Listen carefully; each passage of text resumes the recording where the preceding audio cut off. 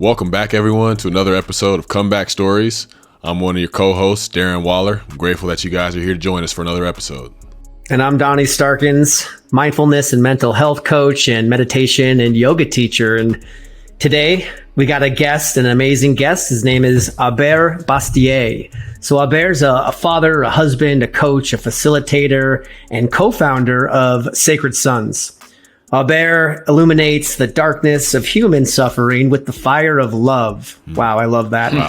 He holds space for individual and collective healing so that all men may open their hearts and awaken to their sacred masculinity.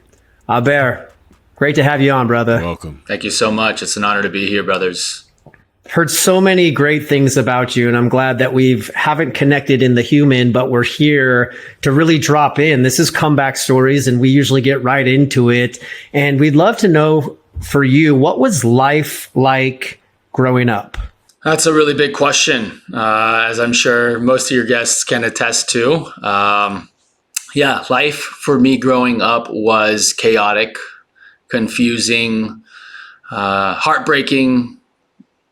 Yeah, it was all those things and more. But I think at the core of it, I felt very alone, even within my family of origin. I felt like there wasn't the support and direction that I was seeking to feel like I had a firm foundation on this earth.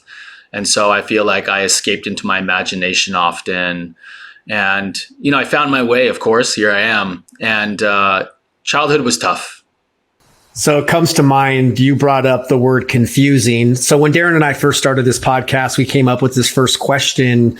And the very first episode, I interviewed Darren. And then second episode, Darren interviewed me. And that was the same thing that Darren said, confusing. My answer was easy.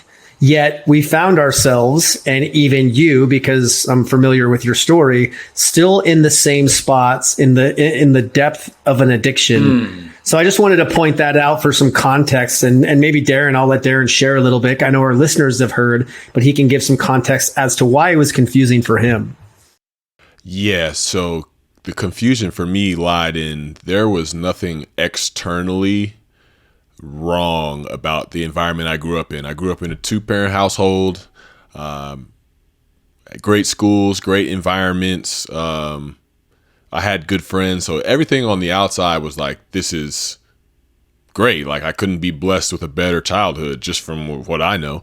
But the confusion lied on the inside for me because very early on, I just felt like this reality and somehow what I adopted as a truth very early on that I just wasn't enough, that something about me was inherently wrong. There's people of my skin color telling me that I wasn't black enough because of the way that I acted and my personality. I was just different, man. I loved all different kinds of music. I was kind of nerdy. I was like all over the place. You couldn't put me in one box, but there's a bit of a limiting perspective around what it's like to be black, and I didn't fit in that box. And I just felt like the fact that I can't change my skin color, I'm stuck with this, and it's just a constant reminder that I'm not enough. And so that's where the confusion lied for me. Yeah, I would say that I can resonate with some of that. My father is American. He's white American. My mother is Taiwanese. I was born in Taipei, Taiwan, grew up there until I was 5, until we moved to California after my parents separated. And so I feel like that was a lot of the root of the confusion for me was the disharmony between my mother and father. They were fighting a lot. They didn't see eye to eye. There wasn't a lot of affection and tenderness and kindness. My mother, of course, was a very nurturing woman, cooked amazing food, and was like very quick to, want to comfort us and soothe us. My father was on the other side of it, pretty militant, cold, angry at times.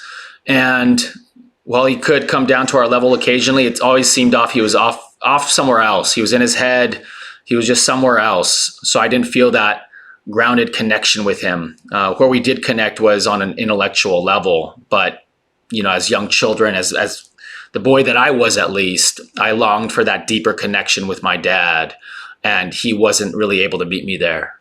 Wow, Darren and I were just talking. We recorded an episode previous to yours, and it was an episode we did together called Anchoring in the Present Moment, and the impact it can have when we're not there, when our body's there, but our mind is elsewhere, especially when it comes to relationships, father, son, mother, daughter, parent, like, or, your romantic relationship, and just the impact, especially these days, but even back then, it can have. And it sounds like it had a tremendous impact on you with your dad really not being there. Yeah, he was physically present most of the time between 0 and 5.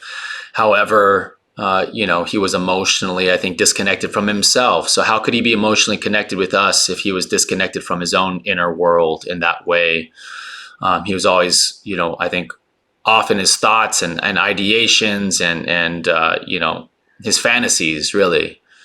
And so I had to reckon with that.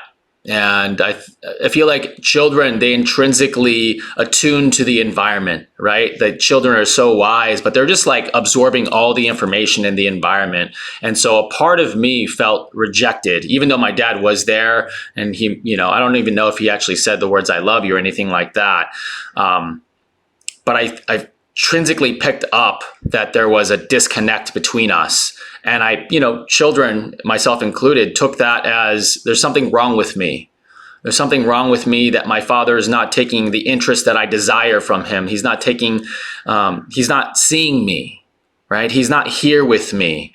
And so I interpreted that as there's something wrong with me. There's something intrinsically wrong with me, and that's shame, right? There was shame there. There's something wrong with me. I'm bad, or I'm wrong, or there's something off, or I would be loved by my dad.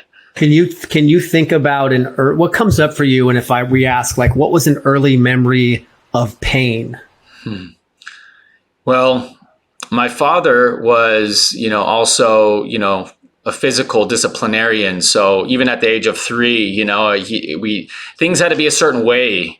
And if they were not that way, or if maybe we broke a dish or spilt something, I'd he'd pick me up and he'd just spank me, and that was, I think, a very shocking and startling realization that created a lot of fear in me as a boy. I'd be running through the house and he'd be chasing me, to give me a good wallop. And for him, that in his paradigm, that's just normal, right? That's good parenting even. But for a little 3-year-old boy, dad's scary. I was afraid of my father, and I equally loved him. And so there's just like dichotomy of like, I love this man who's my dad, and he's not loving me and seeing me as I long to be loved and seen. So I think that's definitely an early pain point. Another pain point for me was just the chaos and the dysfunction within their dynamic between my mother and father, just always fighting. There was no harmony.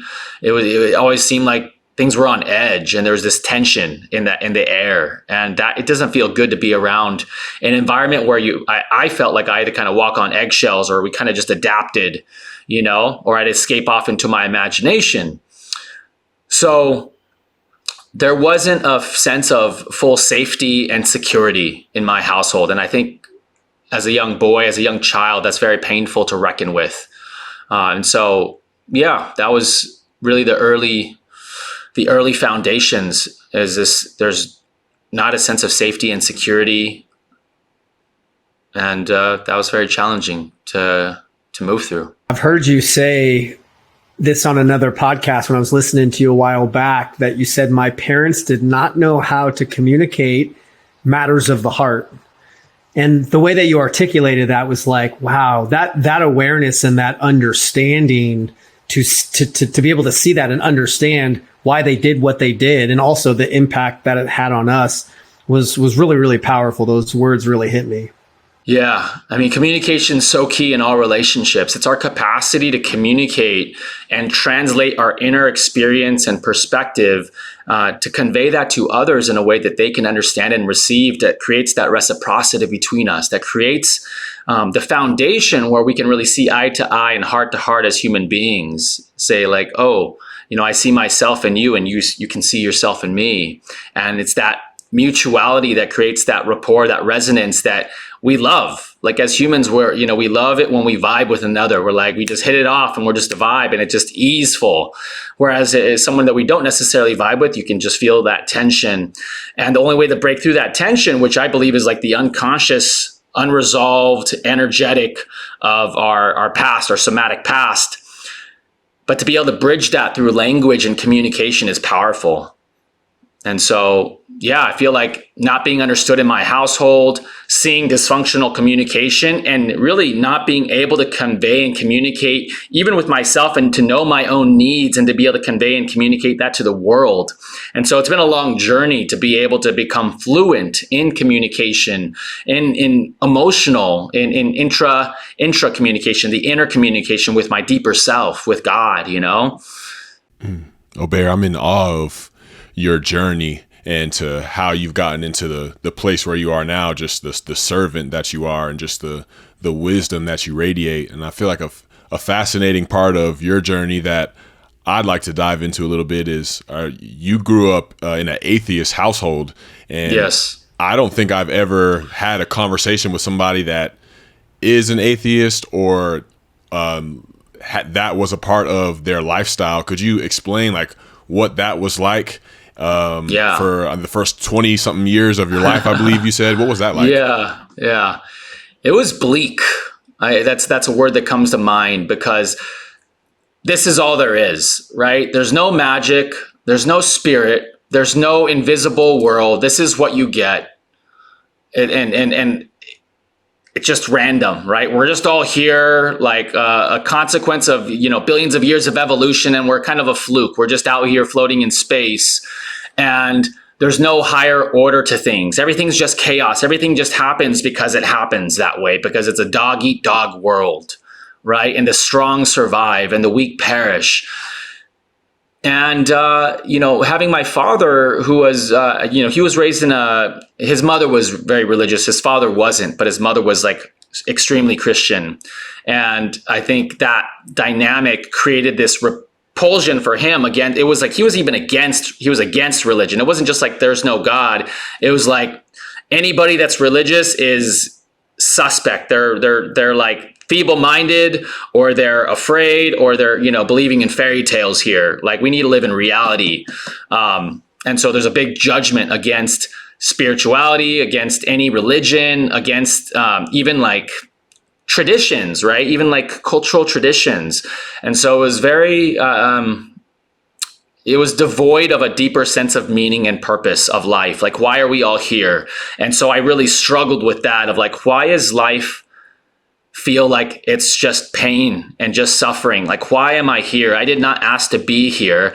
And I didn't have a deeper roadmap to understand myself in relation to what all of this is. What is this reality that I'm a part of, outside of like the scientific materialism that my father was very, knowledgeable of. He was a mining engineer. He spoke 5 languages. He was very well versed in world history and war and all these things. But in the matters of the heart, he was, an infant. He wasn't able to have healthy, functioning relationships, and really in any capacity, I'd say, across the board. So it was tough. And I feel like in many ways, as I, went through my awakening, I understood the perfection of it all, of having the father and mother that I did, and of feeling the pain of having no higher power, no creator, no cosmic order to this, and having to go without that, and not being able to really make sense of reality other than like, we're all fucked. This is just, it is what it is. Everybody lives the way they want, and that's it.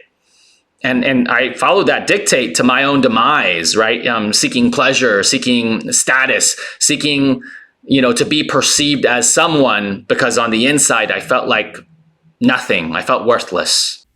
To what ends do you feel like you had to go to cope with that bleakness and that hopelessness and the futility? Like, where did that take you? It was fun at first. It took me into, I would say, the rave scene, the party scene. which really did expand and open my world. Some of these entheogens, these drugs as they were, they did, like MDMA for one, ecstasy. It did kind of give me this sense of, wow, like this feels amazing. And I've never felt like this before. And this is possible. This feeling is love, right? This is like something I've never felt before. And even being in that scene, there's a camaraderie that forms with others. There's a sense of belonging to these groups of people that, we share the interest of partying and maybe some other stuff. But like, I feel like it started out fun, it was partying, it was good fun. But then it increasingly, I declined or degraded, I would say, into like more of the, dependent upon the drugs, right? There was more of a seeking of that, of like going harder, of going deeper, of going further. And that brought me into addiction, the depths of addiction. And it was then that I realized that even though I knew it was harming me, I wasn't able to resist often. There was that time I believed that I had a strong mind and that I could make choices for myself, but it was addiction that really humbled me and had me doubting myself. Because before that, I think somewhere along the line, I did start to believe that I had something in me. I couldn't put my finger on it, but I was willing to take risks. I felt a sense of deeper confidence that wasn't coming from the outer. I didn't know how to articulate that. That was the soul that I am expressing itself and feeling like there's more underneath the surface that I'm still uncovering. But through that and being humbled by not being in control, basically, of losing control of my own will and volition to make choices for myself that would either harm myself or better myself, that's really where that worldview collided, right? Because it was like, now here I am, no God, no religious construct, no structure really, left to my own devices, right? Like I can do whatever I want. And in that, not having like an ethical true north, not having a path forward that I could say, I'm starting here and this is where I want to go, because in my early 20s, a lot of my friends, they went off into their 4-year schools and I ended up, going to jail, and I was arrested for possession for sales and had my first experience in jail in a county jail, men's central jail in LA, which is a full experience in and of itself, just to be in that world, to be around, people who are facing 25 to life for murder, being around gang members and experiencing their mindset and, even having, people that are much older in encountering them. And it's like, wow, I'm seeing if I stay on this path, and it seemed like that the people that were around me were progressively getting, I would say, the outlook on life was getting more and more cutthroat and more bleak. There's a lot more of the, criminal element as I started going deeper and deeper into my addiction. So, not having a creator at the core and running away from my traumas, which is ultimately what, addiction was for me. It was like, I didn't want to feel the pain of disconnection that I felt. I felt this emptiness inside gnawing at me of why don't I feel connected to anything deeply? Why don't I feel connected and able to access what it seems like other people around me, my peers, are able to access in the emotional sphere and in the sphere of even desiring greater things for themselves that were not like just fleeting boyhood fantasies of having more power and more fame or more status. In the depths of our addiction, I think both Darren and I did a lot of other drugs, but at its core, it was pills for us. What was it for you, and just how bad did it get? Yeah, for me, it was methamphetamine, crystal, and it got really bad. I think when I was arrested, I was on like a 4-day binger, and I'm 6'3". And so at this time I was, I believe, 117 pounds. Yeah. And so in losing myself, like in like having no, I would say, spiritual North Star, having no connection, or at least conscious connection of myself with the creator, and that I'm a part of this magical, wondrous universe. I started destroying myself, because I think at the core of that belief is I'm unworthy, I'm unlovable. There's these things that I interpreted as a boy from my environment that I carried over, and it crossed a point where a lot of my friends that were around me, because I always was fortunate to have very good groups of people around me. However, at a certain point, my friends started letting me know, like, I can't support where you're going. You're not like who you were, because I started losing, I think, pieces of maybe what made me me. And as it all was all stripped away, I feel like that was necessary, in a sense, of this stripping away of identity, of sense of self, so that I can come to the rock bottom. And really, like, that's really what initiated my awakening and my connection to God, was a prayer. It was that prayer of sinking so low into my own self-hatred, into addiction. I had so much shame that I couldn't break out of the addiction, because I was really living a double life, because I was still, working full time and doing my best to tend to my responsibilities to my family, my mother and my two sisters at the time. And I was the quote unquote man of the house.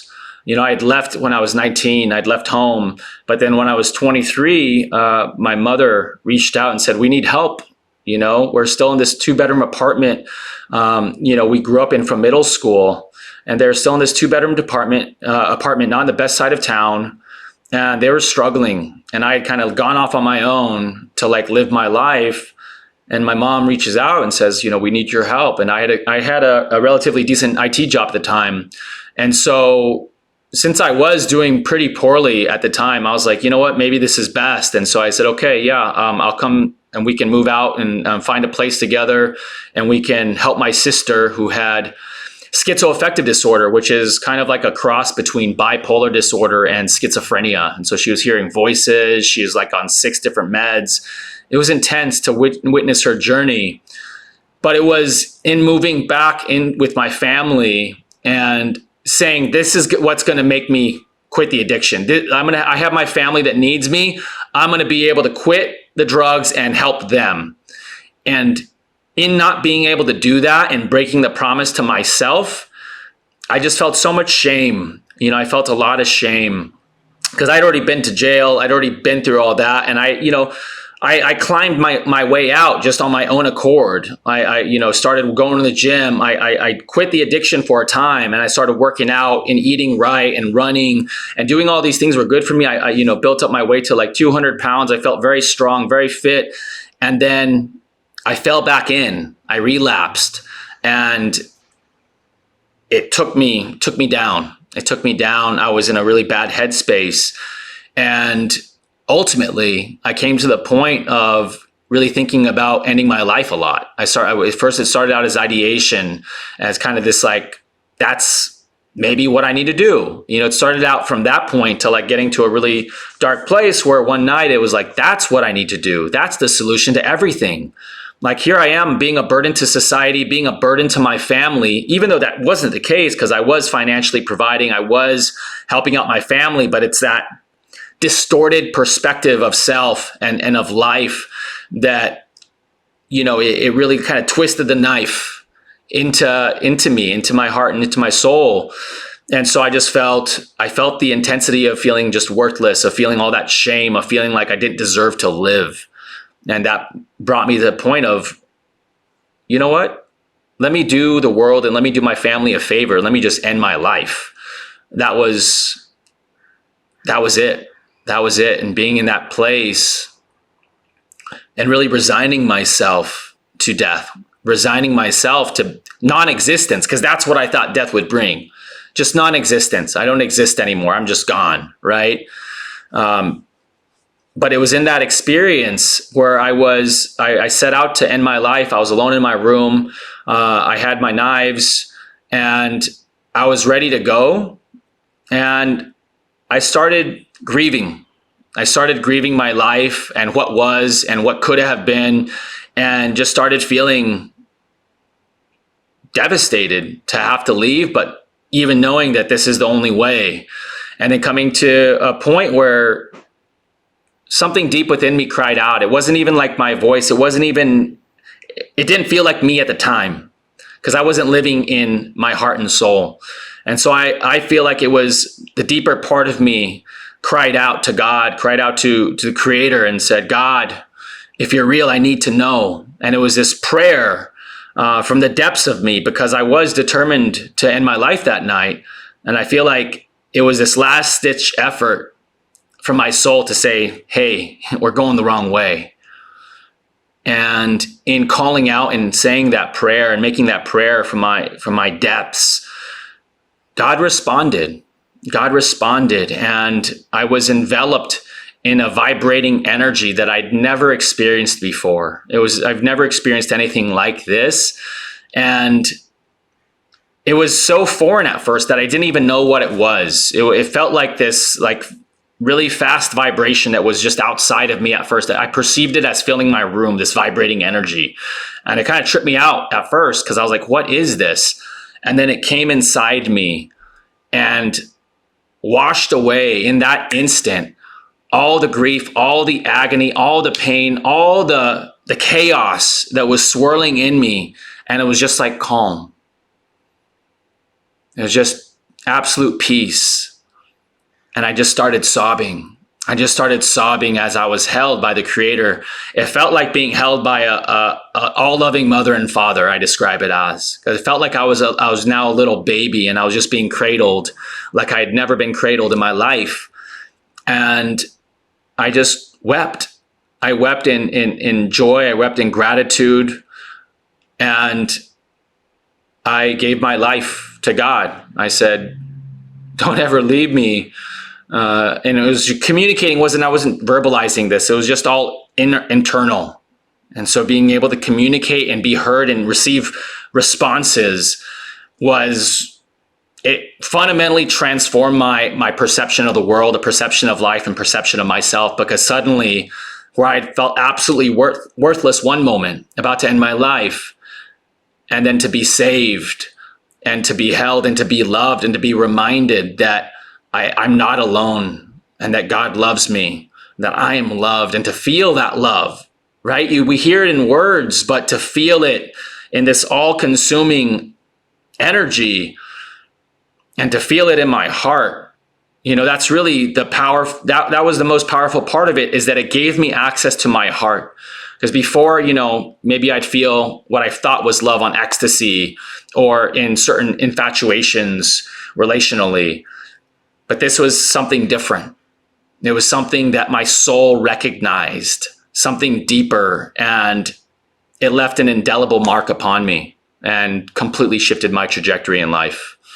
I love, love, love how much you and we will probably continue to talk about God. And I know for some people, they'll be really inspired, and some may be triggered or uncomfortable, but that's even more reason to keep talking about it. But I'm just curious for you, this idea, or as it came in, was not through any type of structured religion, right? So maybe you can talk a little bit about that and what or who God is to you today. Yeah, I feel like that was probably the only path into relationship with God for me in this life. It took me about to leave this earth to reach out. And so maybe that speaks to something from the past, past lives. Maybe I was really stubborn. I'm a Taurus in this life, so maybe I do have that stubborn element. And to experience that level of redemption for me, in my own room, in this private experience that I didn't tell anybody for so many years. It was just a part of like my path. And I was very alone as I left off the world of drugs and partying and just like recklessness, and then started to write my life bit by bit. But it was really experiencing God not only from that experience, but knowing that now that I understood and I started exploring the different world religions from that point of having a direct experience, now I was able to connect so many dots as I started exploring and praying with different houses of worship, visiting the Christian churches, visiting different Hindu temples, going to the Buddhist sanctuaries, just having the desire, the genuine desire now to search and understand, okay, now that I know that God is real, let me see what everybody's talking about and feel what they do, like to connect with God. Because now that I've connected with God so deeply and I feel like God's a part of me forever, I want to continue to do my part to cultivate that relationship, to lean into the source of my existence and the source of all existence. There's nothing more important than for me to align with the source of all existence. And so that led me on a big quest and journey to study the different world religions and to practice them so that I could feel what it was like to pray with different peoples, because there's so much religious divide still. Christians see things very this way, Islam sees it very this way, but it's like, well, we're all talking about God, right? Or it's all coming back to the source of all of this, right? There can only be one. And I think that in our humanness, we miss the point sometimes. We miss the mark. And so I think coming from a place where I was void of all of that religious programming and indoctrination, I was just kind of a blank slate. But then it came to life with that direct experience of God, of love, of the divine. Now, things that resonated with the love that I experienced, it was like, boom, that's true. Yes, I know that's right. And then there was stuff that I'm like, oh, that doesn't resonate. That doesn't feel like the God that I experienced. That doesn't feel like the God that I experienced. Why would God say that or expect this? And so I kind of had a true north that was aligned by the Creator in my direct experience. And through studying the different world religions, I think it gave me breadth, because I had the depth of experience from that first mystical experience that changed me. But now I needed to cultivate the breadth of understanding of what was out there in the world and kind of cross correlate. Is this resonate? Does this feel true? Does this make sense? Is this a cohesive way that I can deepen my relationship with the Creator? Or does it feel like there's some kind of outer standard that is imposed, that I feel like a lot of religions kind of do, in how they've kind of degraded over thousands of years to these outer expectations rather than the inner lived experience of what it is to be in union with God, to be in love with God. And since God exists within everybody, right? God is growing in everyone and everything in all life. How am I showing up in all of my relationships? And how am I showing up in my relationships with nature? And so what it really did was it forced me to make an inventory of how I had been up to that point and to do my best to begin to rectify these kind of character defects that came from not having that blueprint, not having the map to understand how to live a righteous life, to live in alignment. And so there began a period of deep self-exploration and honesty, where I had to take ownership for a lot of the ways that I had been out of integrity and how I had hurt a lot of people, because I really didn't have that ethical North Star. I didn't have that handed to me. And the way that my parents modeled love to me was very dysfunctional. And so I hurt a lot of people along the way. And finding God for me helped me reconcile the mistakes that I had made in my ignorance, in my own pain, and then to have the resolve to go out step by step, bit by bit, and change that. And so a lot of the old people that I used to hang out with and a lot of my friends from school, when they met me after everything, they're like, people don't really change. That's I think a belief out there. People don't really change, but they're like, wow, you've really changed. You've really changed. And I took that as a big encouragement, because now my inner world was starting to align with the outer world in a way which brought greater peace, which brought greater harmony. And there was just greater flow. It wasn't just me getting my way and going after what I wanted or desired. It was looking for the highest outcome in every different situation. And sometimes it's driving by someone and their car is broken down and we have that split second to make a decision. Am I going to show up and help this person that looks like they could use some help? They're standing out there looking bewildered. Or am I just going to drive by and think someone else will get it? And so it gave me the impetus to just take action and help in whatever way I could to really serve. And so that really started this like informal training of really practicing what I felt in my heart, of really having so many opportunities to just try my best to help people. And sometimes, it didn't work out. I learned a lot of lessons in trying my best to help everyone I could, and realized through the process that I can't help everybody. I can do my best to help who, at this point, I've cultivated wisdom to know who I can help and who I really can't help. Like, life has to sometimes teach people before they're ready to learn, right? Before they're open enough to be guided.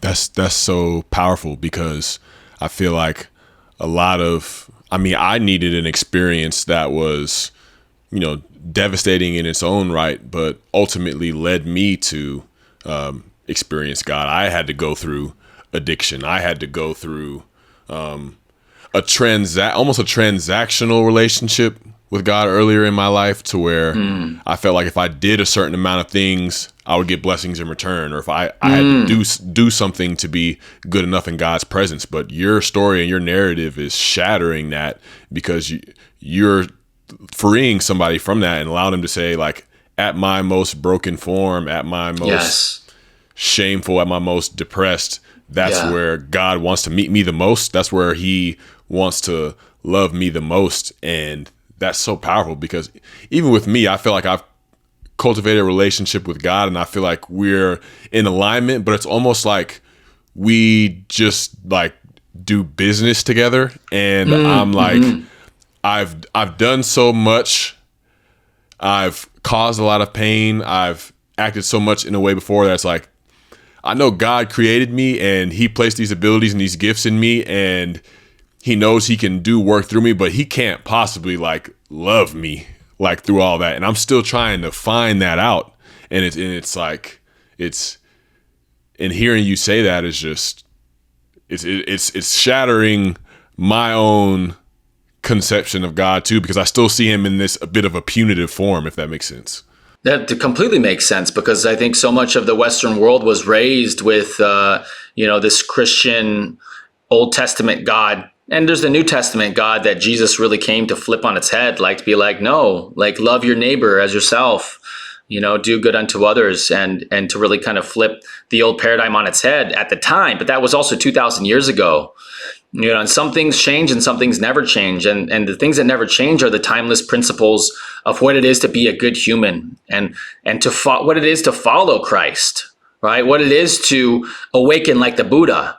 Different teachers from around the world, they came and they, religions form around them, but they didn't come to start a religion. They came to help humanity remember that that's our path that we're walking, that these are our older brothers and sisters, and we have to follow their example. And they come with these teachings and these ways of being that leave a mark on the earth. Right? Thousands of years ago, and we're still going to churches, still going to the temples, we're still talking about these divine expressions, the Son of God, daughters of God. And what I found interesting in my search through all the different world religions is there's generally this point of revelation, be it a prophet or an avatar like Christ or the Buddha or Krishna. An avatar being, they came with a specific mission on earth to help humanity turn back towards God, because things were becoming, dogmatic. Religion was going cold, right? It was no longer serving humanity to continue our evolution. And so really having the foundation to understand that even at our worst, God loves us beyond our capacity to understand. God loves us unconditionally. And that unconditional love doesn't mean like unconditional permission to do whatever the fuck we want, right? And that's why pain is a teacher. We experience pain, suffering, and disappointment to the degree that we need to be broken open. Our hearts need to be broken open, and we need to be humble to understand that we're being called into a deeper alignment. We're being called to perhaps a higher station of life. And it might not necessarily look like what we think it's going to look like, right? That's what I learned. And I still continue to learn, like, as we have it all mapped out at a certain point. We're like, okay, this is what I do. I'm going to get this. It's all going to work out.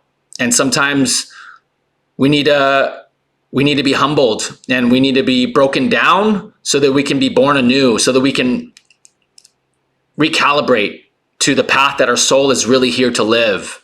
And I know that for me, there was a lot of resistance, and there still is occasional resistance that I'm unconscious of, but it's through that yearning and that longing to know God more and to love God more that keeps me deepening my alignment, because I know that when pain comes, I need to listen. If it comes and I'm not able to hear the whisper, and then it comes in the shouts and I'm ignoring the shouts, then it might come with a swift kick knocking me off my feet that makes me freeze and go, okay, I need to take stock of the situation, because clearly I'm not attuned right now to God. I'm not listening to what God wants of me. You mentioned something earlier about somatic past, and I know the importance of really getting clear on the emotional intelligence and the emotional inheritance and the destructive behavior that it can cause. So to maybe somebody that isn't aware of somatic past or what that means, or emotional dysfunction, generational dysfunction, Yes. Can you just talk about that a little more? Yeah. It's called different things. I call it, generational cycle of trauma or generational curse, because that's what it really is. Epigenetically, it's handed down to us lifetime after lifetime through the generations, through our father and our mother and their parents and their parents.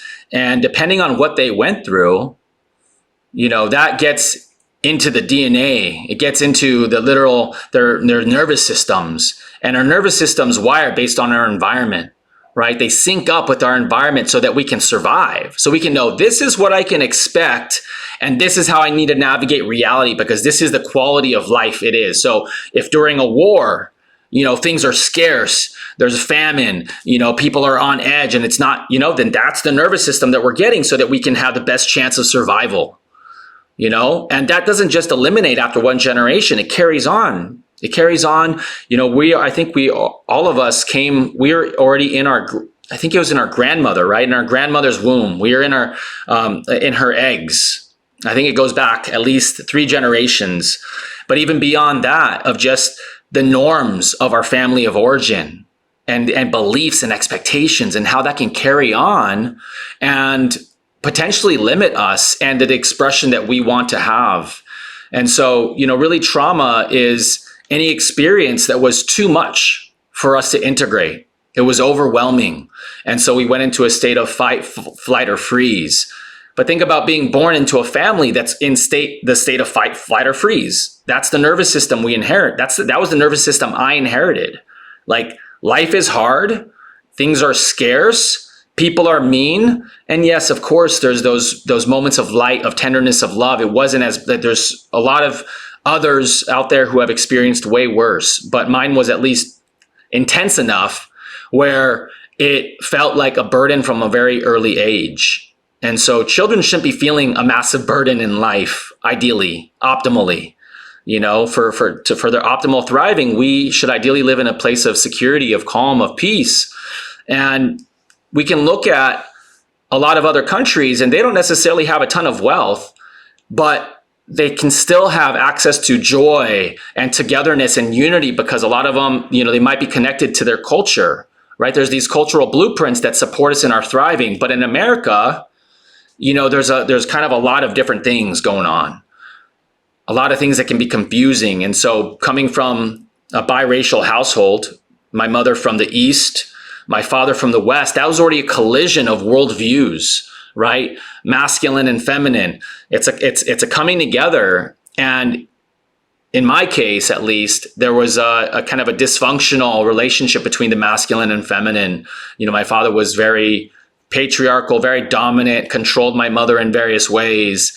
And my mother, and she was also very emotional. So she did have the storm aspect. But being in this environment where it's like the accumulation of generations of stuff, of gunk, of hardship. And it's just like kind of being on a pressure cooker, felt like just walking on eggshells. Like a false step could result in pain. And so it was already like there in the ether, and it wasn't that hard for it to come through in a physical way.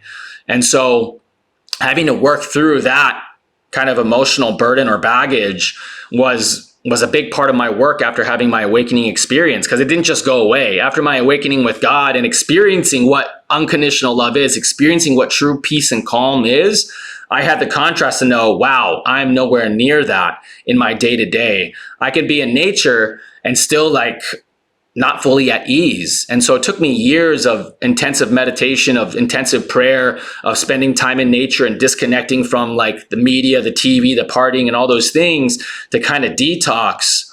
And then I came to a point of losing my younger sister to suicide, losing my sister Shonda to suicide. And it was devastating. That was a very devastating experience. And I believe that the only thing that kept me and helped me be the man that I was at the time was God, because now I had a place to turn to when it felt like it was too much. And I didn't question God's will. I didn't say this is wrong, this shouldn't have happened. I started from a place of acceptance, knowing that God is in control of all things and that nothing happens without divine sanction. And God even showed me a vision of it happening a year before it happened. And it was, she jumped off a building in this vision that I had. And in the vision, I jumped off after her because, I teleported after I died, quote unquote died. But then now suddenly I got teleported to this like kind of no man's land, like this in between, where now I was like, oh no, I don't have a body anymore. And I'm just stuck here. And it was like this awful realization of like, oh no, I'm stuck here. And from that point, the day that it happened, I was guided, and this is all in retrospect. In the moment, I had no idea. I was just living in the moment. But I was sharing with my sister how much we loved her. I was saying all these things and letting her know that we're going to be here no matter what. We're not going to give up on her. And I'd just been fresh out of addiction. I had a year sober at that point. And I just was putting all my energy into trying to help her, because I was like, if God helped me, God's going to help her. And that was like where I was kind of like not seeing the creator and the creator's will and how things unfold clearly. Because it was really like, I need to save my sister. That's why part of why God saved me, so that I can save my sister. But in losing her, in having to say goodbye, and in really being pulled down into the underworld, because that's really what it plunged us into in my family, because my mother was so hell-bent on saving her, of like, we need to save her. We need to save her. And I feel like almost in some ways that like need to like try to save her is why in some ways maybe God took her, because it wasn't helping or serving any of us in our growth, because we were hyper focused on trying to save my sister. And it wasn't meant to be. And that brought us into healing. That tragedy, what was a tragedy of losing my younger sister, ultimately is what pushed me, really, because they're so low. They lost their jobs. I was carrying the family on my shoulders, and the finances and everything, and they were not functioning. And so I pulled us into the bereavement support groups. I pulled us into family therapy. And found a space for them to cry and for us to, feel the compassion of someone else that was just there kind of as a rock. And through that process, I got into my own therapy. And then really started deepening my healing journey and acceleration of my self-awareness. So it really came together with my spiritual beliefs and practices, but also really doing my work to clear out my somatic body, right? To really do the work to break those generational cycles that were momentums that were like pushing me in a certain direction. And so really in like kind of putting a pause and beginning to do that work, that's deeper self work, it inspired so much transformation, not only within me, but within others, because it really kind of said, oh, wow, this is so powerful. to heal and to feel love from another person, to feel compassion from another person, to feel their humanity, it's a game changer. It's a game changer. It literally flipped everything and expanded my world even further. And that's really what gave me like kind of the direct experience of God in others, of experiencing God within others as like the right words would come through and touch a deep place, as I felt someone just being there, listening, support, being selfless and holding that space for me and me being able to receive that. It changes the nervous system, right? Because we begin internalizing these safe people, these in these spaces where we feel safe, and it helps us co-regulate. Suddenly our nervous system is being regulated, and finding safety in another, I feel like it's pretty crucial to be able to feel that first, and then we can help other people find that safety once we can find it within ourselves. But how can we find it within ourselves if we don't have someone else that can model that for us or show us in human form what it is to be calm, to be loving? Wow. That word safety, really in the last year, it's been about a year, has run very, very deep for me. And you guys are talking about your paths and spirituality and path to God. So 10 years into my sobriety, I ended up doing a ceremonial bufo toad medicine journey. And my intention in doing the journey was to get closer to God and really develop that relationship, because for 10 years I was talking the talk, and I was praying and meditating, but it was lacking the depth and kind of some of that transactional stuff Darren was talking about. And as I entered into the medicine and left my body, I did not see God, but I felt the presence of God. And as I dropped in, it was in a ceremony of about 5 people, and I started saying out loud, "I'm safe, I'm safe." And I repeated it 4 or 5 times, and the shaman called me in to go first. It was 5 people that had never done it before. So they, not only did they get to witness that and me verbalizing it, but I felt held, I felt safe, I felt, and my intention was to get closer, and I felt, and that's not necessarily saw, but felt everything that I needed to. Yeah. And I was like, oh my God, everything's going to be fine. Everything I've done my whole life was to feel safe, all the validation, caring what other people think. And I'm like, I'm good. And as I came back and integrated, it just made me realize how everybody is going through this world just trying to feel safe. And us as men don't have to worry about going out to our car at 10 o'clock at night and worried about feeling safe. So then it gave me a whole nother perspective around women and safety. And so it's just been a big thing for me about holding sacred space. Yeah. And I know you're doing that. And I want to make sure we leave enough time to talk about the unbelievable work you're doing, the men's work with Sacred Sons. Yeah. Yeah. Thank you so much for presencing the importance of safety and our responsibility as men to create those safe, sacred spaces for transformation to happen. And so really I've been immersed in men's work for the past 7 years, I would say. And it happened kind of by happenstance, of course, as it would, where I was invited to co-facilitate a men's prayer circle. There was a call putting out at the time of Standing Rock, where the Standing Rock Sioux were facing off with the Dakota Access Pipeline. They were wanting to build a oil pipeline through the reservation. And the indigenous peoples, from all over the world gathered at Standing Rock to say no, to say enough is enough. And there was a standoff between the police and between the indigenous peoples and who are all gathering. And so there was a call put out by the elders at Standing Rock that men's and women's prayer circles be created, and that we pray for the water protectors. We pray for the ones who are standing up. And I was invited to co-facilitate the ceremony from a brother of mine at the time. And he blessed me in that sense of really giving me a space where I could bring in some of these, Western psychological perspectives and techniques and ways of facilitating that I had learned through my undergraduate experience in facilitating, these pretty much growth therapy groups.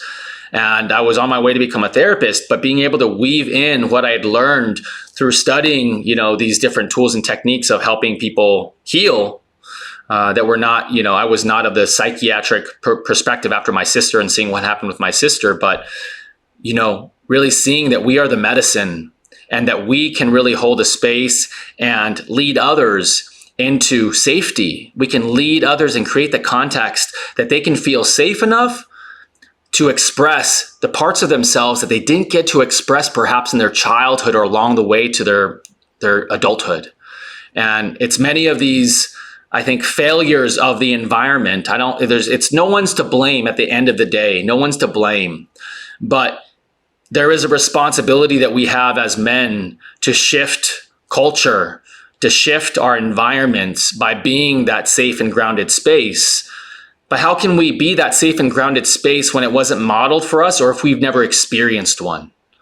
And so unless we experienced it along the way through our family of origin, or through a mentor, or through an uncle or an aunt, or someone that could give us that blueprint of what it is to feel safe in another's presence, to feel protected, then we kind of go off piecing life together in a way of like what we think we should do, what we want to do, but also the somatic embodiment of what we are energetically. Like, what is our ancestral inheritance? What kind of traumas are we carrying from this lifetime, from birth to where we stand today? And are we effectively integrating all of that energy in such a way that we can radiate the peace, the calm, the safety, the inspiration, the love, the compassion that really humanity, that's our birthright. Like, what God teaches us is that we are created in God's image. And this is said in many different ways around the world. It's not only from the Christian faith, it's from all faiths that we are created in God's image. And so what that means is we have the capacity to develop these qualities in us. And that's why for me, there's no automatic salvation. It's our responsibility as men and as women and as humans to cultivate our higher faculties, to refine our consciousness so that we can support the evolution, whether that's our own children, whether that's in our purpose work, whether that's out on the field, wherever that is, to be able to bring that cultivation into the environment. That's what brings balance. And that's really our responsibility as anchors, right? As men, where we can anchor a certain energetic to an environment.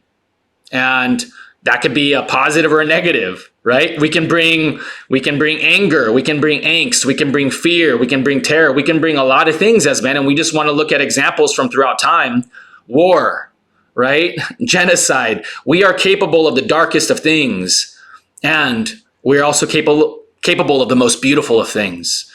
And so it really is our prerogative, I believe, to find orientation around the core of life, which is the creator, which is God, which is the source of all existence. And our closest example is simply nature, because nature is creation. It's God's creation, and it's just a continual giving. It's radiating its peace.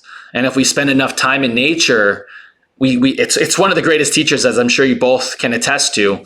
And anybody who's given it its due time, we can connect to the creator more readily through nature or through, a baby, right? Babies are great examples because they're straight from the source.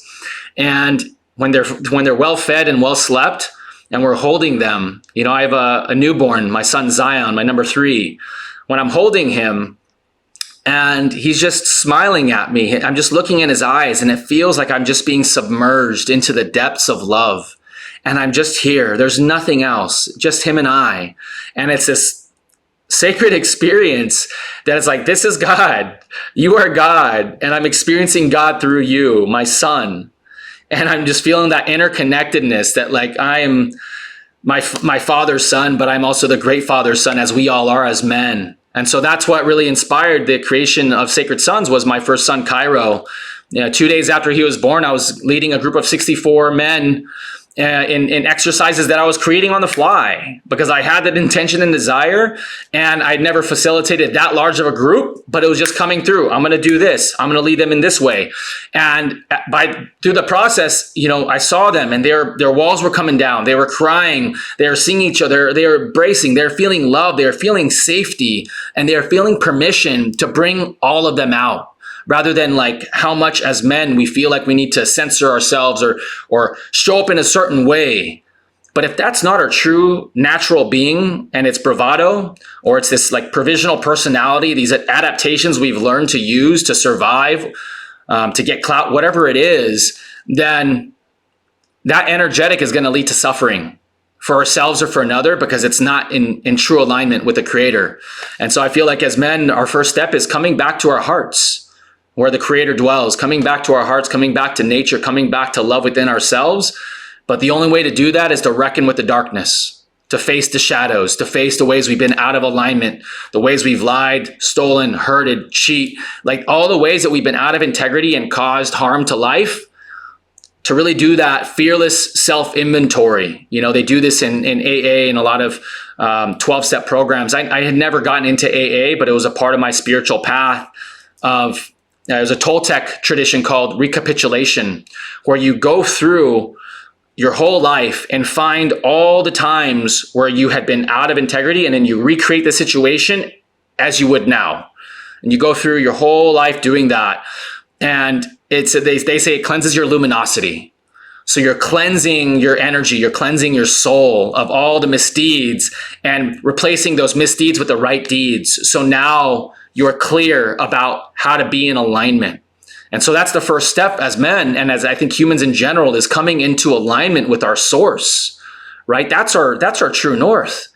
And if we have a true north that's not rooted in the Creator, that's actually born of this world and born of the creations of man, then we're going to be off the mark. And that's that's sinning, right? To miss the mark. That's what it really means to sin, like the etymology of the word, right? That's what it meant originally, to miss the mark. And so if we want to be on mark, on our target, and for me, the target is to embody as much love, as much peace, as much wisdom, and to share it with as many as I can.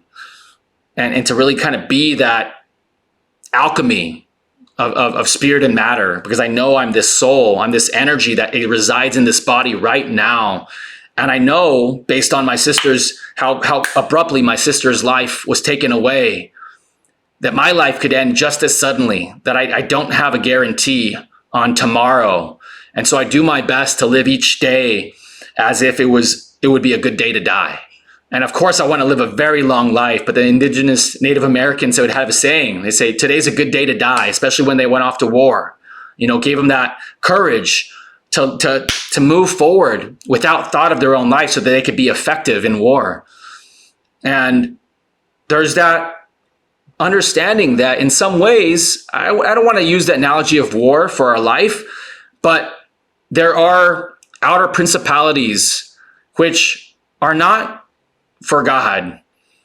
And while the core of it, all there is God, all there is the Creator, because anything that's outside of the Creator isn't even real. But while we're in these bodies, while we're in this 3D world, and it feels very real, I want to show up in a way that demonstrates to my 3 children, my sons, what it is to be a man and show up with responsibility, to show up with love, to show up with courage, and to stand for freedom, right? Our human freedom. And that's really a foundation of God, is freedom, is feeling free.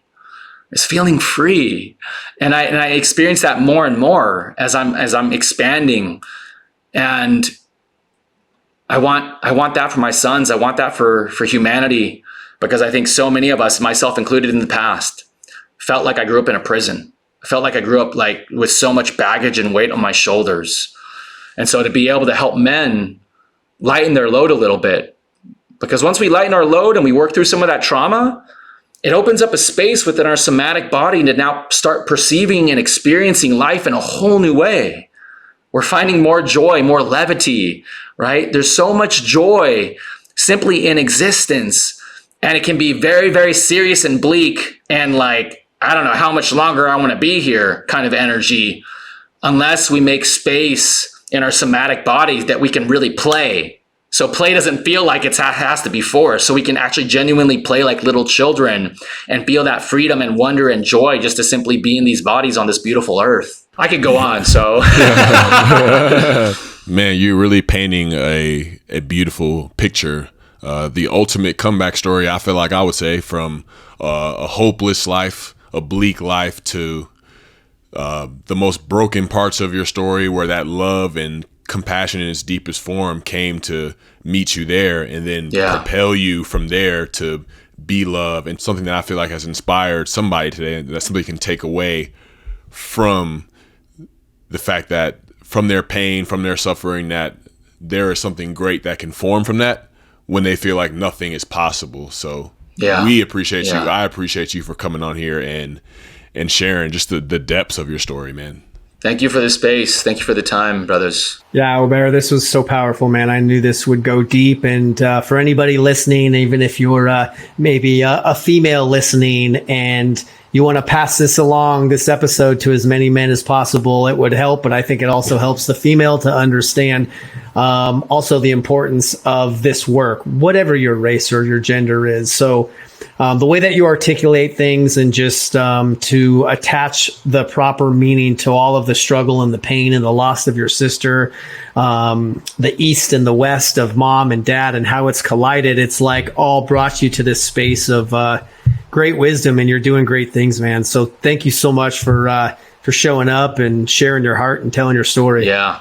Thank you so much, brothers. It's time, that we can bring masculine and feminine together in the perfect yin yang, and that's really the evolution of my work beyond Sacred Sons, is unifying the masculine and the feminine and creating the spaces for us men who have been in the path, and for the women who are ready to be met, to come together in the sacred reunion, as I call it. Because it's a prayer. It's a prayer in our collective, from all the pain that we see out there, that we need spaces where we can come together and unify, men and women from all backgrounds. It's time to unify. Where can our listeners track you down? Yeah, they can check out my Instagram, which is Aubert Bastiat, and aubertbastiat.com as well. I'm sure you guys can put in the show notes that we got these on these modern devices. Yeah, we'll get you dialed in. And again, if you're listening, thank you for listening. Be sure to stay connected with us always. It helps if you're leaving those 5-star reviews or leaving a comment or a review in your Apple or Spotify or wherever you're listening. It helps a ton, because our mission is always to reach as many people as possible, and your feedback and reviews help. So definitely track down Aubert, and we appreciate you being here. You can also find us on the Inflection Network on YouTube. Give thanks.